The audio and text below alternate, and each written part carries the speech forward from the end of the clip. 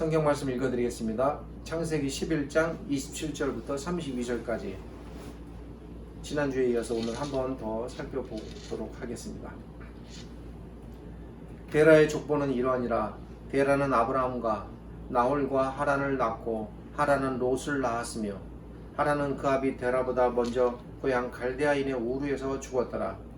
아브라함과 나홀이 장가들었으니 아브라함의 아내의 이름은 사레며 나홀의 아내의 이름은 밀가니 하란의 딸이요 하란은 밀가의 아버지이며 또 이스가의 아버지더라. 사레는 임신하지 못하므로 자식이 없었더라. 데라가 그 아들 아브라함과 하란의 아들인 그의 손자 롯과 그의 며느리 아브라함의 아내 사레를 데리고 갈대아인의 우르를 떠나 가나안 땅으로 가고자 하더니 하란에 이르러 거기 거류하였으며 데라는 나이가 205세가 되어 하란에서 죽었더라. 이제 우리가 창세기 11장 27절부터 시작을 해서 이제 다음 주에는 창세기 12장 이렇게 해서 이제 상당한 기간 동안 아브라함에 대하여 살펴보게 될 것입니다. 오늘 설교 제목은 아브라함 그 위대한 여정의 시작이라는 제목으로 말씀을 나누겠습니다. 우리는 지난 주일부터 이 본문을 시작으로 창세기를 살펴보고 있습니다. 약 5개월 전에 창세기 9장 27절을 중심으로 창세기 9장의 내용을 살펴보았습니다. 오늘 본문은 창세기 전체에서 아브라함에 관한 기록이 처음 나타나는 부분입니다. 그렇지만 우리는 본문에 나타나는 아브라함에 관한 내용을 이해함에 있어서 비록 이름은 여기에 등장하지만 그 근원을 따져 올라가 그 시작을 창세기 9장 27절에 두어야 한다고 말씀을 드렸습니다. 왜냐하면 지난 주일에 말씀을 드렸듯이 창세기 11장 27절 이하에 최초로 나타나는 아브라함에 관한 이 기록은 창세기 9장 27절에 기록된 하나님께서 셈의 장막에 거하리라 라는 것에 근거하여 기반되어 나타나는 사건이기 때문입니다. 하나님께서는 노아의 세 아들들 가운데 아담, 에녹, 라멕과 그리고 노아로 이어지는 언약의 계보를 이어갈 언약 대상자로 세 아들 가운데 셈을 택하셨습니다. 이에 대한 증거가 창세기 9장 27절입니다. 하나님께서는 셈의 장막에 거하시겠다는 말씀을 통해 셈을 택하셨구나 이거를 우리가 알 수 있는 겁니다. 셈과 함께 하시고 뿐만 아니라 셈을 노아를 잇는 언약의 대상자로 삼으셨음은 당연합니다. 셈 이후에 셈의 후손들은 바벨탑 사건을 계기로 함과 야벳의 자손으로부터 분리되어 셈의 후손들은 메소포타미아 지역, 지금의 이란, 이라크가 있는 유프라테스 강과 그리고 티그리스 강 유역을 중심으로 정착하게 됩니다. 4대 문명이 발생되는 문명의 발생지 지역 중 하나입니다. 하나님께서 셈을 노아 언약의 대상자로 선택하신 후에 바벨탑 사건이 벌어지고 그로 인해 셈의 후손이 함과 야벳의 후손과 분리되어 메소포타미아 지역을 중심으로 정착해서 이제 번성하기까지 상당히 많은 세월이 흘렀습니다. 못되어도 수백 년 이상은 지난 아주 긴 세월입니다. 이렇게 많은 세월이 흘렀지만 하나님께서는 노아와 셈을 통해 맺으신 언약과 그리고 셈의 장막에 거하리라 라고 말씀하신 그 오래전의 말씀을 잊지 않으셨습니다. 하나님께서는 보통 뭘 한번 하신다고 하시면 말씀하시고 상당한 수백 년이 흐릅니다. 출애굽 사건도 그렇고 그리고 아브라함의 후손이 번성하는 것도 그렇고 이런 식으로 이루어집니다. 하나님께서는 셈을 이어 셈과 언약을 맺으신 언약을 이을 언약의 대상자인 한 사람이 태어나기까지 기다리셨습니다. 그 사람이 메소포타미아 지역에서 셈의 후손으로 태어나 셈과 맺으신 언약을 이어받을 때까지 하나님께서는 기다리셨습니다. 그 사람이 바로 본문에 등장하는 아브라함입니다. 그러므로 아브라함은 노아와 셈을 이어 노아 언약을 이을 언약의 대상자이며 동시에 하나님께서 셈의 장막에 거하리라 라고 말씀하신 그 장막의 주체가 되는 대상입니다. 즉 하나님께서는 창세기 9장에서 노아와 언약을 맺으시고 노아 언약을 이을 대상자로 셈을 택하시고 그 셈을 이어서 셈의 장막의 주체가 되는 그 인물로 아브람을 선택하셨습니다. 그러니까 이런 계열로 흘러갑니다. 하나님께서 이렇게 아브람을 선택하셨기 때문에 창세기 11장 27절 이하부터 드디어 아브라함이라는 이름이 등장하는 것입니다. 정확히는 그의 이름이 바뀌기 전이므로 아브람이라고 말하는 게 맞지만 그냥 편의상 제가 통일되게 아브라함이라고 호칭하도록 하겠습니다. 이와 같이 우리는 창세기 11장 27절 이하에 등장하기 시작하는 아브라함의 등장의 배경에 창세기 9장에 기록된 노아 언약과 그리고 하나님께서 셈의 장막에 거하리라고 말씀하신 그러한 말씀의 배경이 있다는 사실을 놓치면 안 됩니다. 아브라함의 등장은 결코 어느 날 갑자기 아무 계획 없이 우연히 발생된 사건이 결코 아닙니다. 아브라함의 등장의 배경에는 이와 같이 노아 언약과 그리고 하나님께서 셈의 장막에 거하리라라는 약속의 말씀이 있었던 것입니다. 이제 이러한 관점으로 본문을 살펴보겠습니다. 그런데 본문에는 이해하기 힘든 문제가 놓여 있습니다.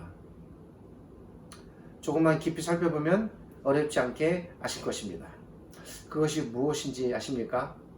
그것은 본문이 마치 갈대아 우르를 떠나 하란에 이르는 이 여행에서 여행을 주도한 인물이 아브라함이 아닌 아브라함의 아버지인 데라인 것처럼 기록자가 기록하고 있다는 것입니다.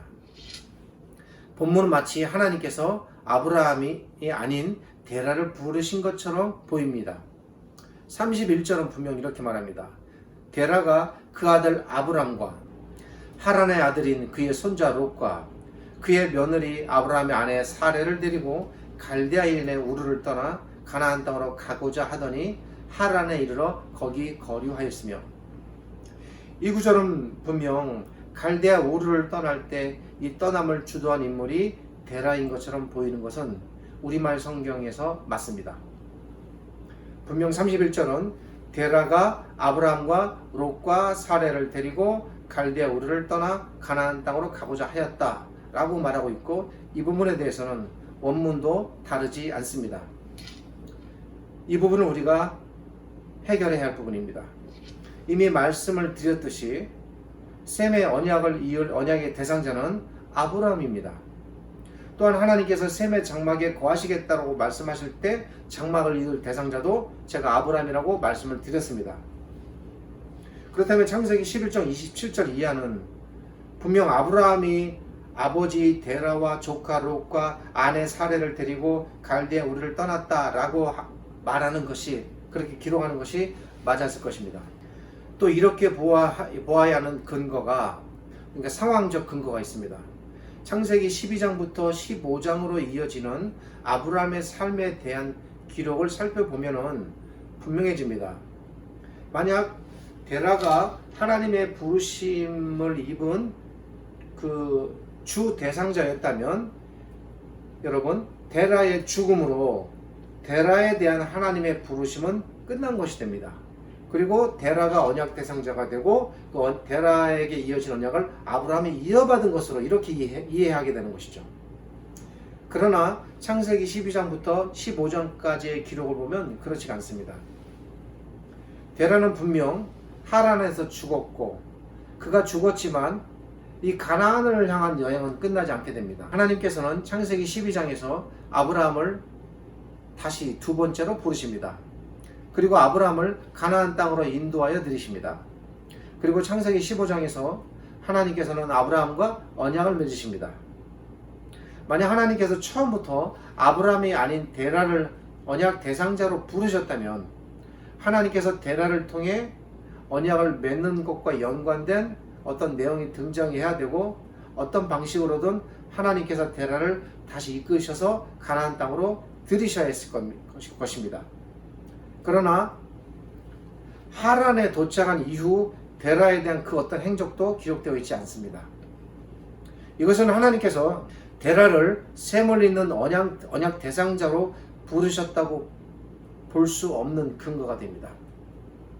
또한 하나님께서는 데라가 죽었지만 데라의 죽음과 상관없이 아브라함을 불러 가나안 땅으로 인도하시고 아브라함과 창세기 15장에서 언약을 맺으시는데, 이것은 하나님께서 처음부터 데라가 아닌 아브라함을 언약 대상자로 선택하시고 부르셨다는 상황적 증거가 되겠습니다. 그리고 무엇보다도 하나님께서 갈대아 우르에서 처음 부르실 때 그 부르심의 대상자가 데라가 아닌 아브라함이었다는 사실을 알려주는 두 곳의 성경 구절이 있습니다. 이것은 기록의 증거이니까 분명합니다. 첫 번째 증거는 느헤미야 9장 7절입니다. 느헤미야 9장 7절은 이렇게 말합니다. 주는 하나님 여호와시라.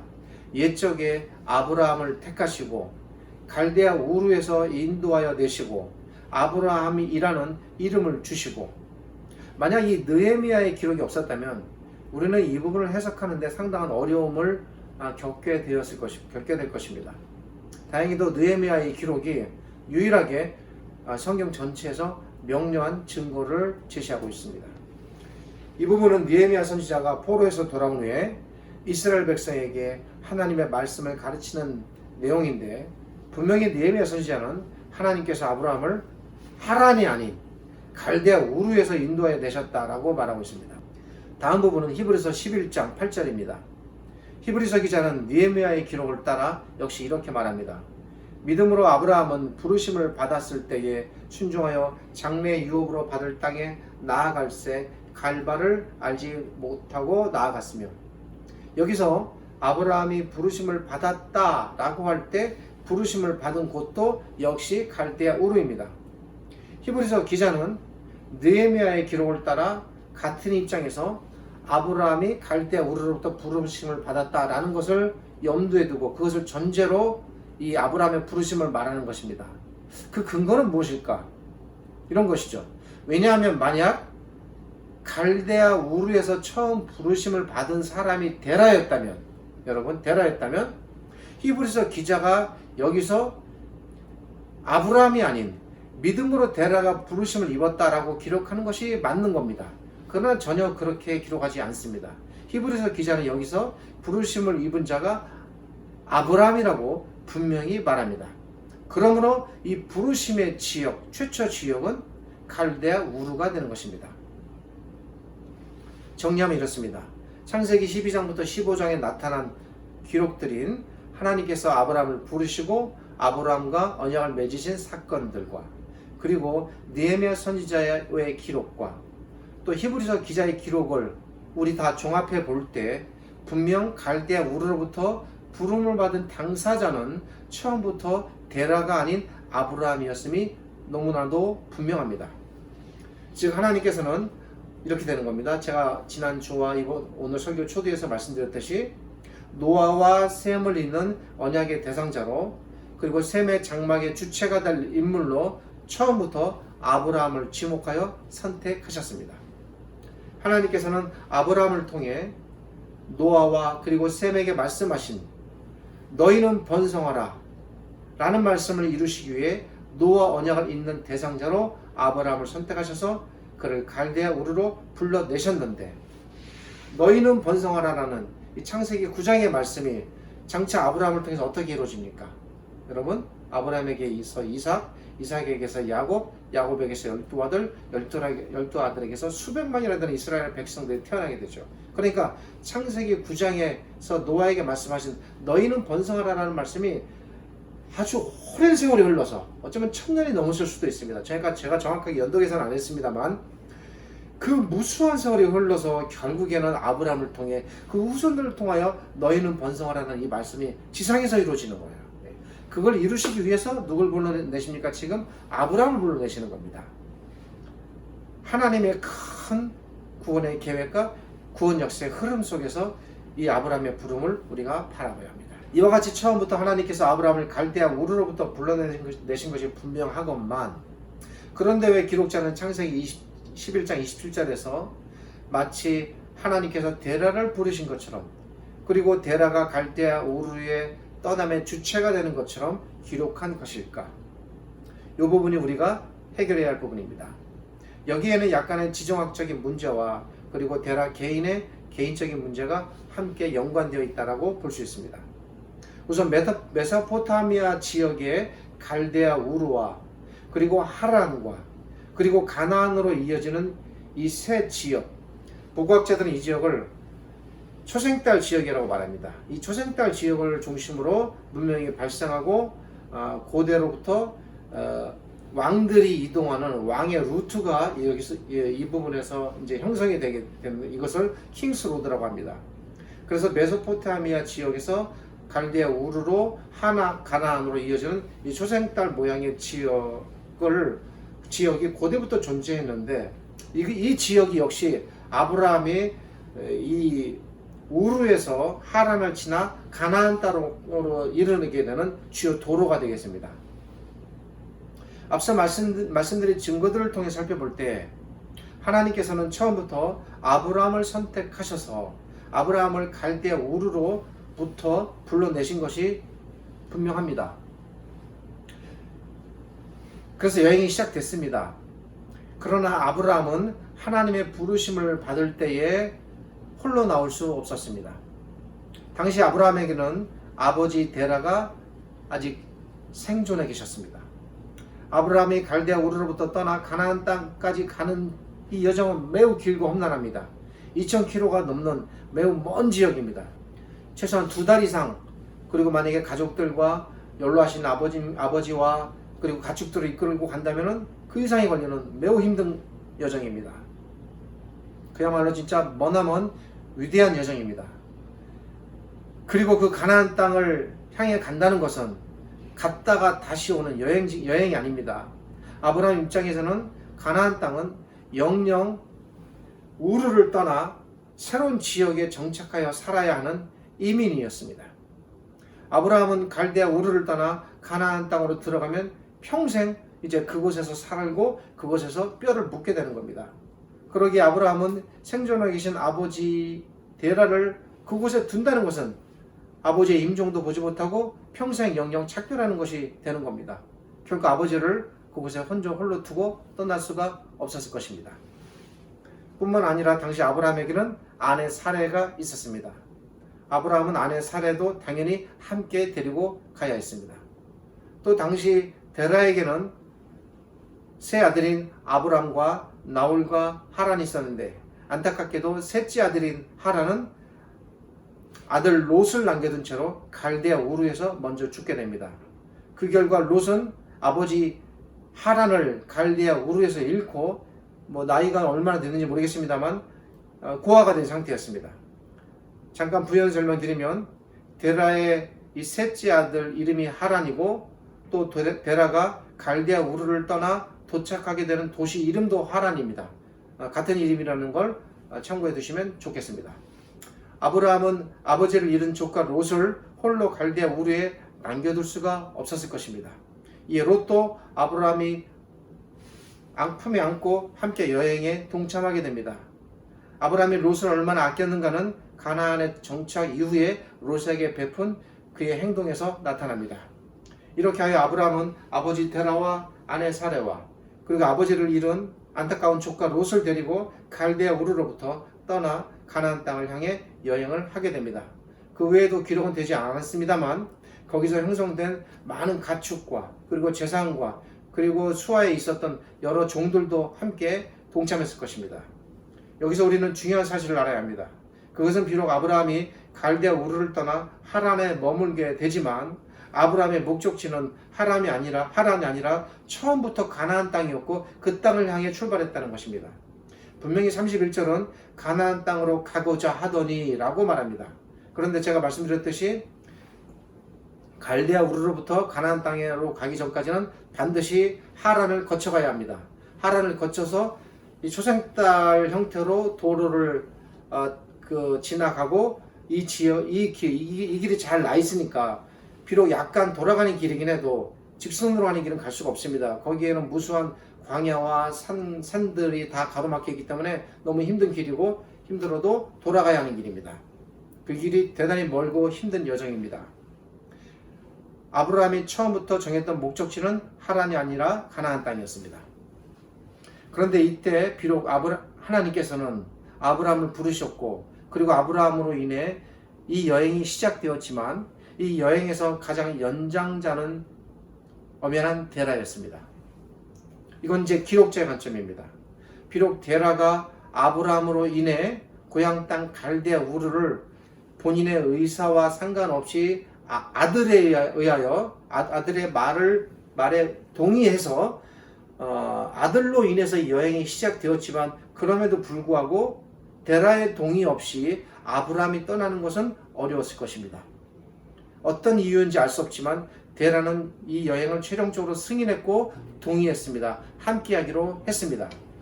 이에 당시 이들이 비록 아브라함으로 인해 갈대아 우르를 떠나는 뒤 처음 시작되었지만, 기록자는 데라가 가장 연장자였고 최종 승인자라는 점을 고려해서 데라가 아브라함과 사레와 그리고 손자 롯, 그러니까 아브라함의 조카 롯이 아닌 손자 롯이라는 표현을 씁니다. 이렇게 해서 31절에서 말하는 것처럼 가나안 땅을 향하여 여행을 시작했다고 기록하는 겁니다. 그래도 분명 주체는 아브라함이었던 것입니다.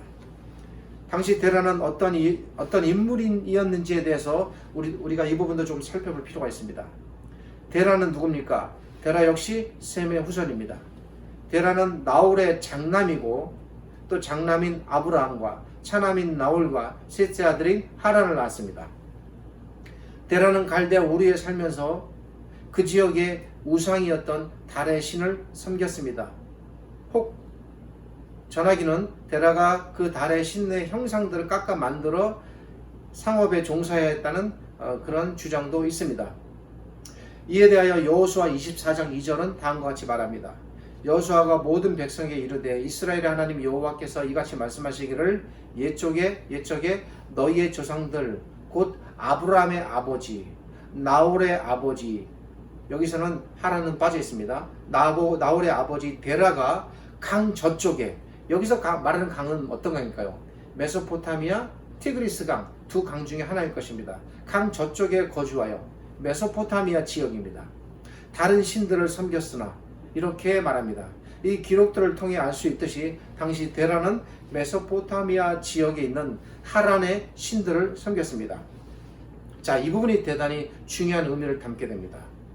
그 신들 중에 그 당시 메소포타미아 지역 하란에서 가장 으뜸이 되는 주된 신이 달의 신이었습니다. 데라가 이렇게 달의 신을 비롯해서 여러 신들을 섬겼다는 것은 달신뿐 아니라 여러 신들을 섬겼습니다. 당시 데라뿐 아니라 자연스럽게 너무 당연한 겁니다.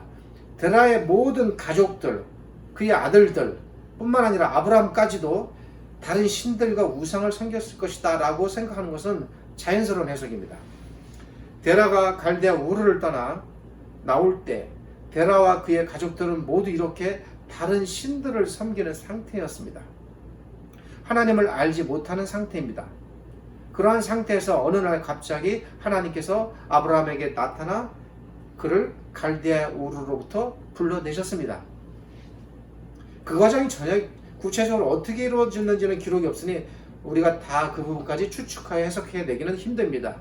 어떤 방식이든 하나님께서는 아브라함을 분명히 깨닫게 하셨고 너의 신은 나다라는 걸 알게 하셨고 아브라함을 불러내셨습니다. 이제 너는 모든 그런 신들을 다 버리고 나를 신으로 섬기라, 이렇게 이끄신 겁니다. 그리고 이렇게 데라가 갈대아 우르를 떠나올 때 이미 데라는 상당히 나이가 많은 상태였습니다. 지금까지는 지정학적인 이런 상황들을 살펴보았다면 이제 지금 말씀드릴 부분은 데라의 개인적 상황입니다. 11장 26절은 데라가 70세에 아브라함을 낳았다고 말합니다. 그때부터 순차적으로 이제 두 아들을 더 낳았습니다. 그런데 아브라함이 갈대아 우르를 떠나올 때 아브라함의 나이가 몇 세입니까? 75세라고 기록되어 있습니다. 이것을 계산하면 데라가 갈대아 우르를 떠날 때의 데라의 나이는 70세에 아브라함을 낳았고 아브라함의 나이 75세에 데라가 떠났으니 데라의 나이는 145세가 됩니다. 자, 훗날 아브라함이 가나안 땅에서 몇 세에 죽냐면 175세에 죽게 됩니다. 당시에 이 수명의 나이를 감안해 볼 때 145세라는 데라의 나이는 결코 적은 나이가 아닙니다. 데라가 노령의 나이에 노구를 이끌고 갈대아 우르를 떠나 가나안 땅까지 2000km가 넘는 2달 이상의 먼 여행을 한다는 것은 상당한 무리가 되었을 것입니다. 우리가 700km의 유럽의 여행지를 걷는 것도 상당히 힘든 일인데 2000km 이상을 145세에 대한 이 노인께서 어떻게 가겠습니까? 이 아브라함은 가나안 땅까지 향해 가다가 여행하지 못하고 다 그곳까지 가지 못하고 갈대아 우르로부터 약 700km 정도 떨어진 하란에 머물게 되는 것입니다. 자, 하란이라는 곳은 어떤 곳인가?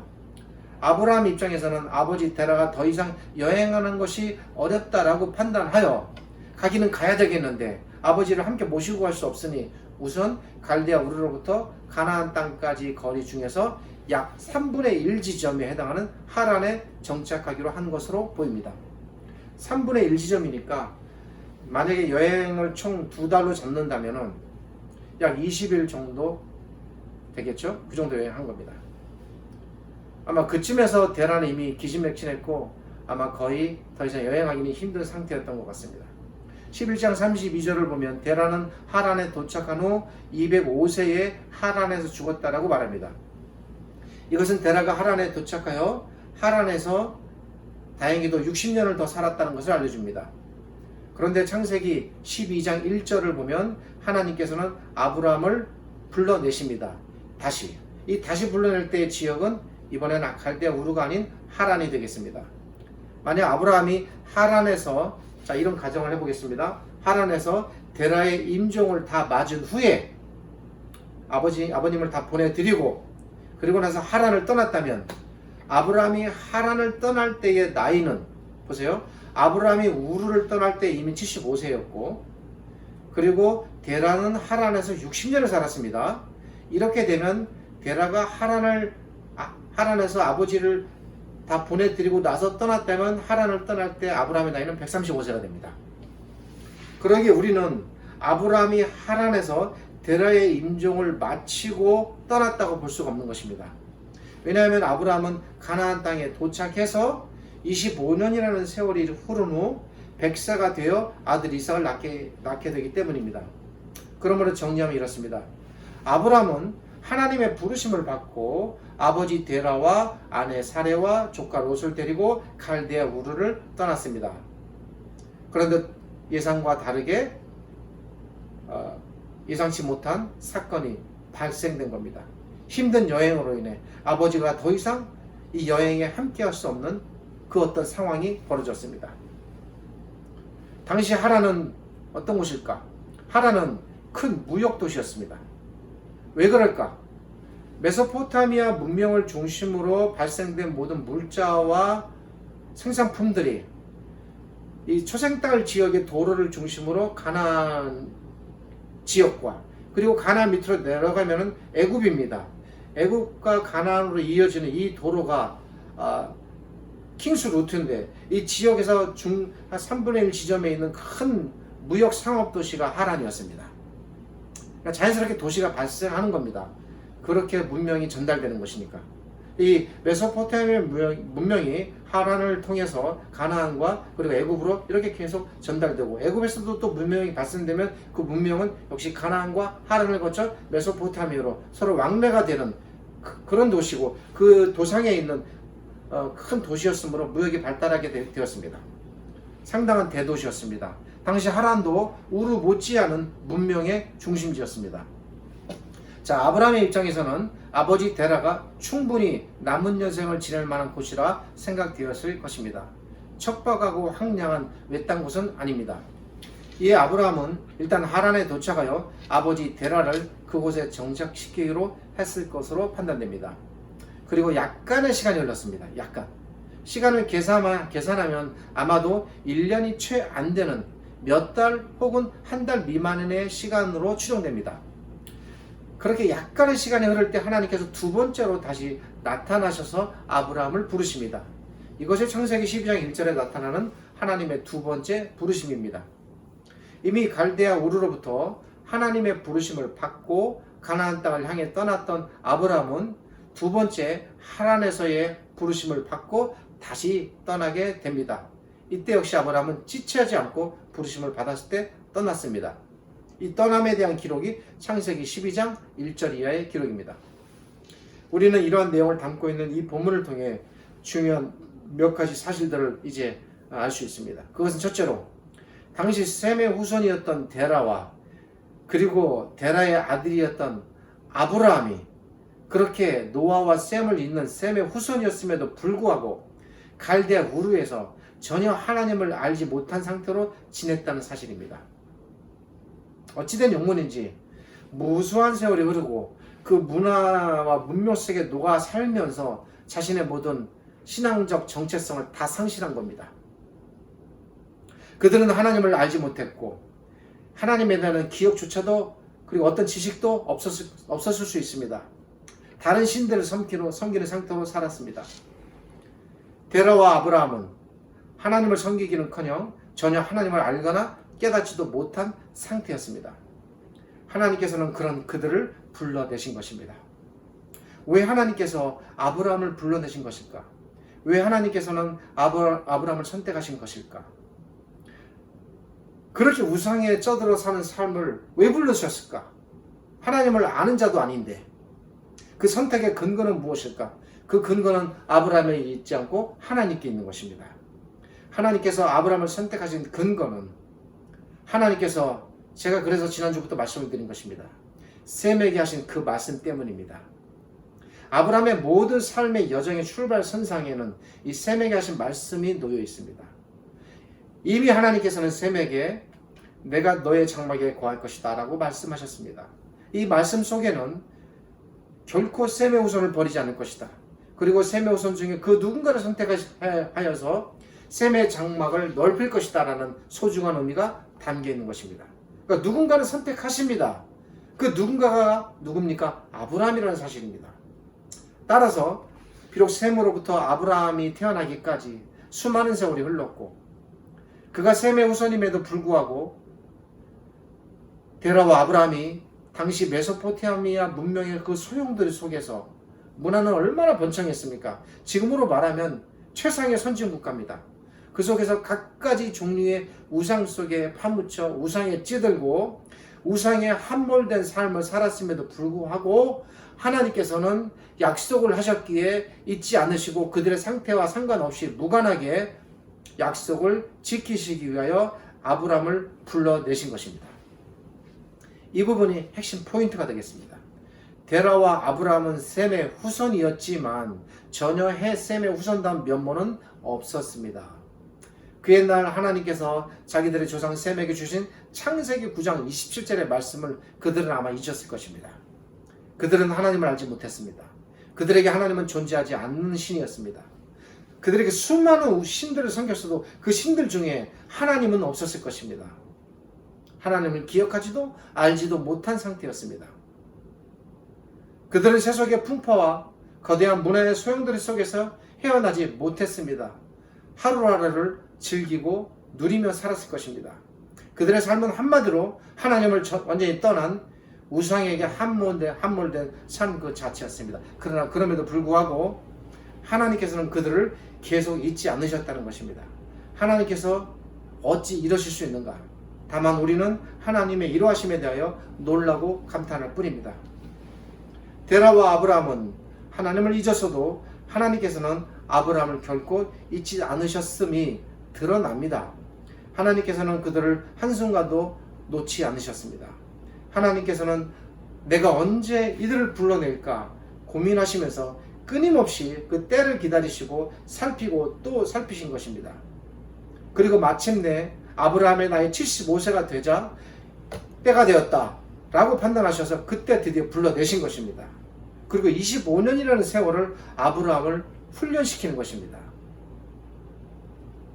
이렇게 하나님께서는 아브라함을 불러내어 아브라함이 하나님만을 전적인 신으로 섬기고 완전히 그만을 경배하고 하나님의 모든 말씀에 전적으로 순종하고 나아가는 믿음의 정상에 설 때까지 기다리시고 불러내시고 끌어올리시고 그렇게 해서 그를 세워 그를 통해 그 후손을 번창시키기 원하셨던 것입니다. 그렇게 해서 그 아브라함을 따라서 위대한 하나님의 백성이 탄생되는 것입니다.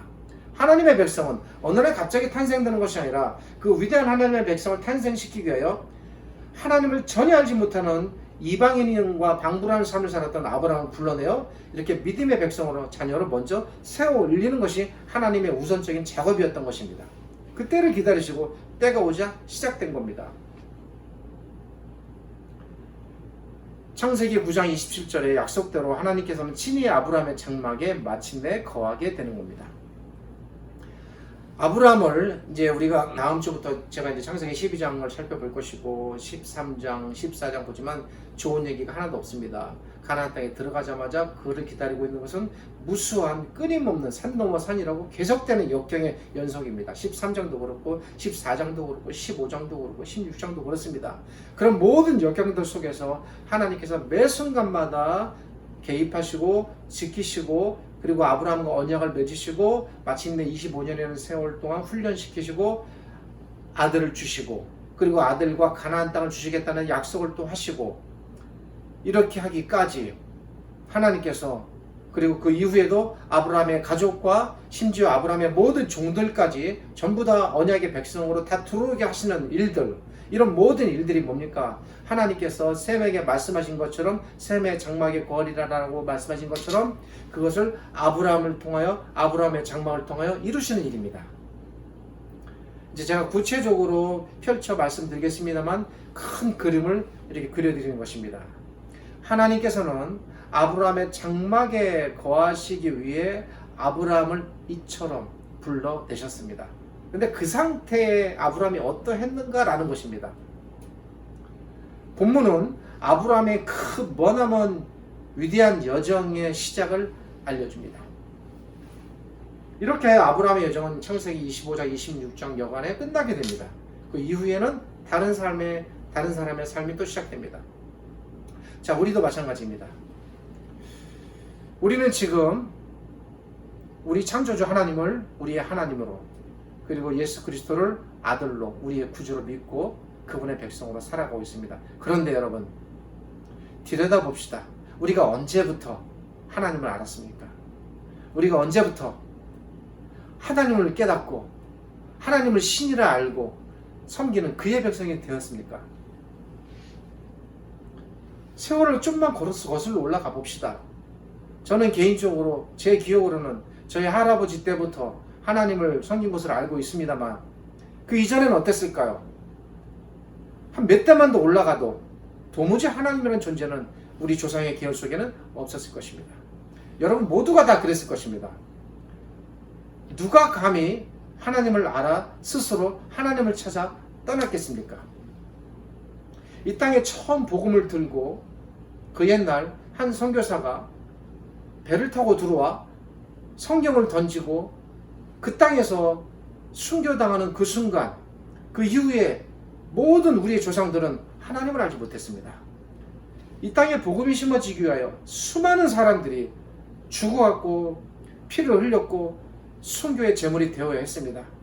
그 어떤 우리의 조상이 하나님을 알아 스스로 찾아갔겠습니까?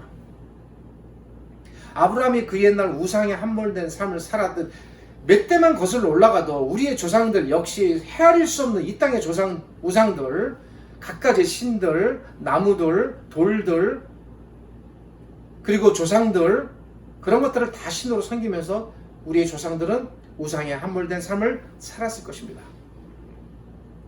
우리도 역시 그 중에 태어난 그들의 후손입니다. 그러나 지금 우리는 어떻게 살고 있습니까?